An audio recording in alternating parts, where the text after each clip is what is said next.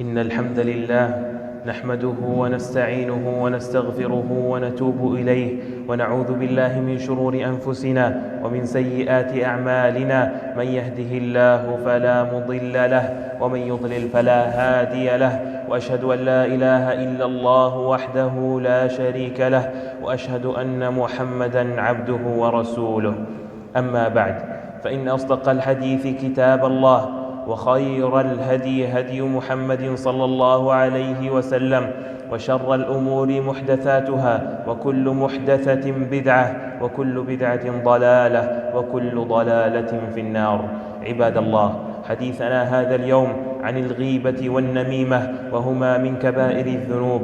فالغيبة ذكرك أخاك بما يكره، والنميمة نقل الكلام على وجه الإفساد. وقد فسر النبي صلى الله عليه وسلم الغيبة فقال: أتدرون ما الغيبة؟ قالوا: الله ورسوله أعلم. قال: ذكرك أخاك بما يكره. قيل: أرأيت إن كان في أخي ما أقول؟ قال: إن كان فيه ما تقول فقد اغتبته، وإن لم يكن فيه ما تقول فقد بهته. رواه مسلم. فالغيبة كبيرة مطلقة، سواء كان المغتاب متصفا بما ذكره من اغتابه، أو كان غير متصف بذلك. لكن إذا كان خلاف ما يقال عنه من اغتابه فالذنب أعظم، فيضم إلى ذنب الغيبة البهتان، وهو الكذب.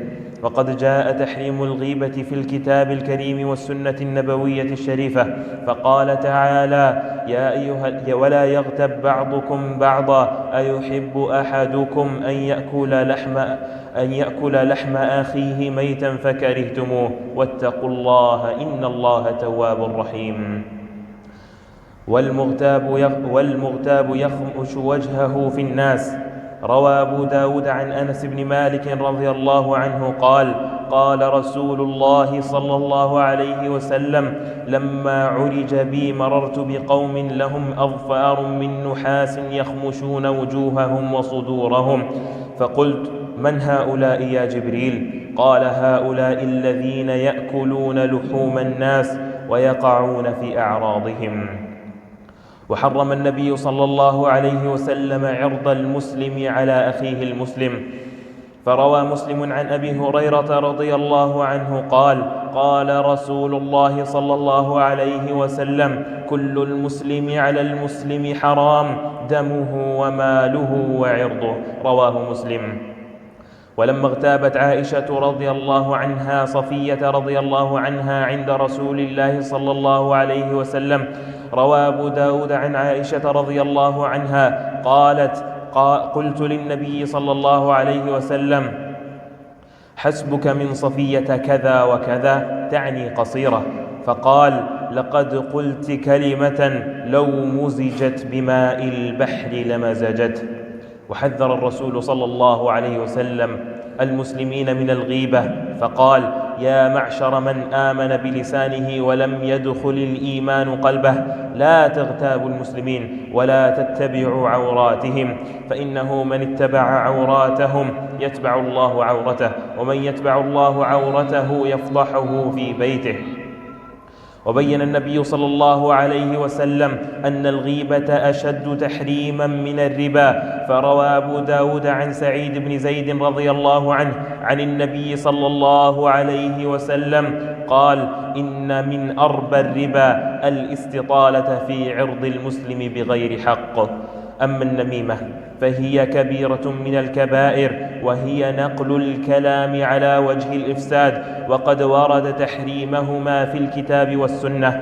فقال: ولا تطع كل حلاف مهين، هماز مشاء بنميم، مناع للخير معتد أثيم، عتل بعد ذلك زنيم. وقال تعالى: ويل لكل همزة لمزة. وقال تعالى: ضرب الله مثلا للذين كفروا امرأة نوح وامرأة لوط كانتا تحت عبدين من عبادنا صالحين فخانتاهما. ووجه ذلك أن امرأة نوح وامرأة لوط عليهما السلام كانتا تنقلان الكلام إلى الكفار، وبين الله تعالى أن النمام وإن استخفى من الناس فإنه مراقب من الله تعالى وسيفضحه. فقال تعالى: يستخفون من الناس ولا يستخفون من الله وهو معهم إذ يبيتون ما لا يرضى من القول وكان الله بما يعملون محيطا. وسمى الله النمام فاسقا، فقال تعالى: يا أيها الذين آمنوا إن جاءكم فاسق بنبأ فتبينوا أن تصيبوا قوما بجهالة فتصبحوا على ما فعلتم نادمين. وكما ورد تحريم النميمة في الكتاب فقد جاء تحريمها في السنة، فقال صلى الله عليه وسلم: ألا أنبئكم ما العظة؟ هي النميمة القالة بين الناس، والنمام من شرار الناس. فقال صلى الله عليه وسلم: ألا أخبركم بشراركم؟ قالوا: بلى يا رسول الله. قال: المشاؤون بالنميمة، المفرقون بين الأحبة، الباغون في البراء العنت. أخرجه الإمام أحمد. وروي عن قتادة رحمه الله أنه قال: كان يقال من شر عباد الله كل طعان لعان نمام. والنمامون أبغض الناس إلى النبي صلى الله عليه وسلم. عن أبي هريرة رضي الله عنه قال: قال رسول الله صلى الله عليه وسلم: إن أحبكم إلي أحاسنكم أخلاقا، الموطون أكنافا، الذين يألفون ويؤلفون، وإن أبغضكم إلي المشاؤون بالنميمة، المفرقون بين الأحبة، الملتمسون للبراء العيب. حسنه الألباني. وبين صلى الله عليه وسلم أن الإصلاح بين الناس أفضل من الصيام، فقد أخرج الترمذي وأبو داود عن حديث أبي الدرداء رضي الله عنه عن النبي صلى الله عليه وسلم قال: ألا أخبركم بأفضل من درجة الصيام والصلاة والصدقة؟ قالوا: بلى يا رسول الله. قال: إصلاح ذات البين، فإن فساد ذات البين هي الحالقة، وإن الإفساد بين الناس يحلق الدين. فقال الترمذي رحمه الله عن النبي صلى الله عليه وسلم: لا أقول تحلق الشعر ولكن أقول تحلق الدين. وبين النبي صلى الله عليه وسلم أن النمام له وجهان. ففي الحديث الذي أخرجه البخاري ومسلم من حديث أبي هريرة رضي الله عنه أن رسول الله صلى الله عليه وسلم قال: تجدون الناس معادن، خيارهم في الجاهلية خيارهم في الإسلام إذا فقهوا، وتجدون شر الناس ذا الوجهين، الذي يأتي هؤلاء بوجه وهؤلاء بوجه.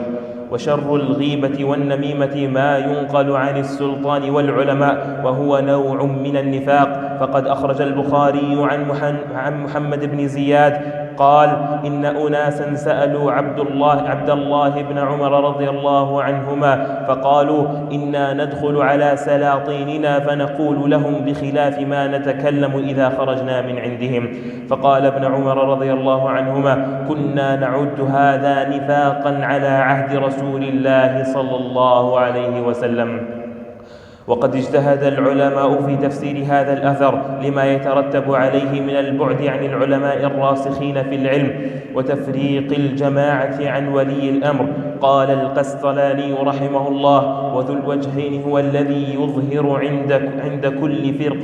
عند كل فريق أنه منهم، ويتملق بالباطل ويدخل الفساد بينهم، ولو أتى كل قوم بكلام فيه صلاح واعتذار ونقل ما أمكنه من الجميل وستر القبيح كان محمودا. وقال الحافظ ابن حجر رحمه الله كما في فتح الباري: إنما كان ذو الوجهين أشر الناس لأن حاله حال المنافق، إذ هو متملق بالباطل وبالكذب مدخل للفساد بين الناس، فيأتي كل طائفة بما يرضيها على وجه الإفساد ويظهر لها أنه منها ومخالف لضدها. وهذا عمل النفاق والخداع وكذب وتحيل على أسرار الطائفتين، وهي مداهنة محرمة. فأما من يقصد الإصلاح بين الناس فذلك محمود، وهو أنه يأتي كل طائفة بكلام فيه صلاح الطائفة الأخرى،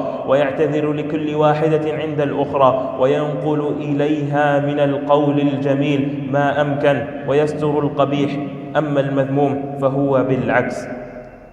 وحذر النبي صلى الله عليه وسلم من النميمة وبين عاقبتها في الآخرة. ففي الحديث الذي أخرجه أبو داود والبخاري من حديث عمار بن ياسر رضي الله عنه أن رسول الله صلى الله عليه وسلم قال: من كان له وجهان في الدنيا كان له يوم القيامة لسانان من نار.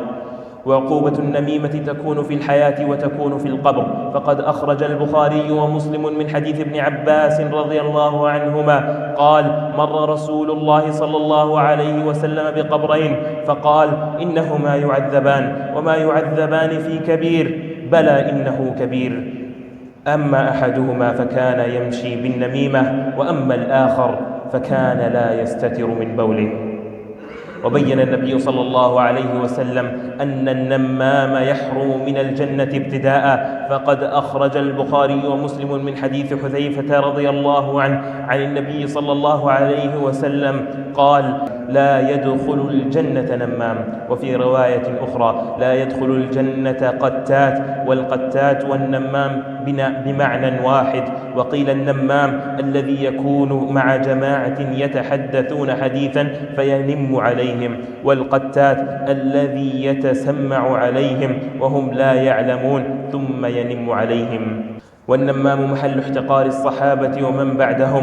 فروي عن علي رضي الله عنه أن رجلا سعى إليه برجل فقال له علي: يا هذا، نحن نسأل عما قلت، فإن كنت صادقا مقتناك، وإن كنت كاذبا عاقبناك، وإن شئت أن نقيلك أقلناك. فقال: أقلني يا أمير المؤمنين. وقال الحسن البصري رحمه الله تعالى في شأن النمام: من نقل إليك حديثا فاعلم أنه ينقل إلى غيرك حديثك.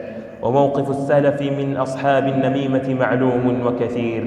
أقول ما تسمعون، وأستغفر الله لي ولكم ولسائر المسلمين من كل ذنب وخطيئة، فاستغفروه وتوبوا إليه، إنه هو الغفور الرحيم.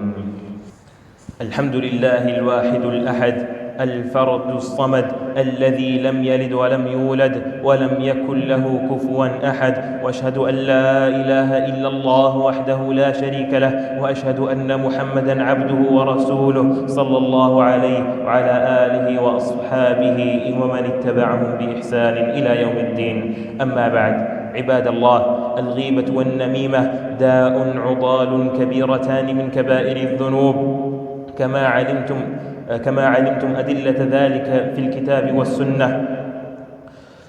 فعلينا عباد الله حفظ ألسنتنا منهم. فقد قال رسول الله صلى الله عليه وسلم لمعاذ: أمسك عليك هذا، وأخذ بلسان نفسه.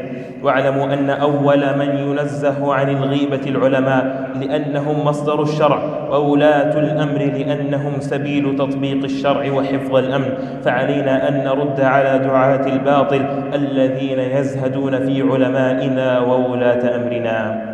عباد الله، صلوا وسلموا على من أمركم الله بالصلاة والسلام عليه. فقد أمركم الله بذلك فقال: إن الله وملائكته يصلون على النبي يا أيها الذين آمنوا صلوا عليه وسلموا تسليما. وقد قال صلى الله عليه وسلم: من صلى علي صلاة واحدة صلى الله عليه بها 10. اللهم صل وسلم وبارك على عبدك ورسولك محمد بن عبد الله وخلفائه الراشدين أبي بكر وعمر وعثمان وعلي وسائر الصحابة أجمعين ومن اتبعهم بإحسان إلى يوم الدين، وعنا معهم بعفوك ومنك وكرمك ورحمتك يا أرحم الراحمين.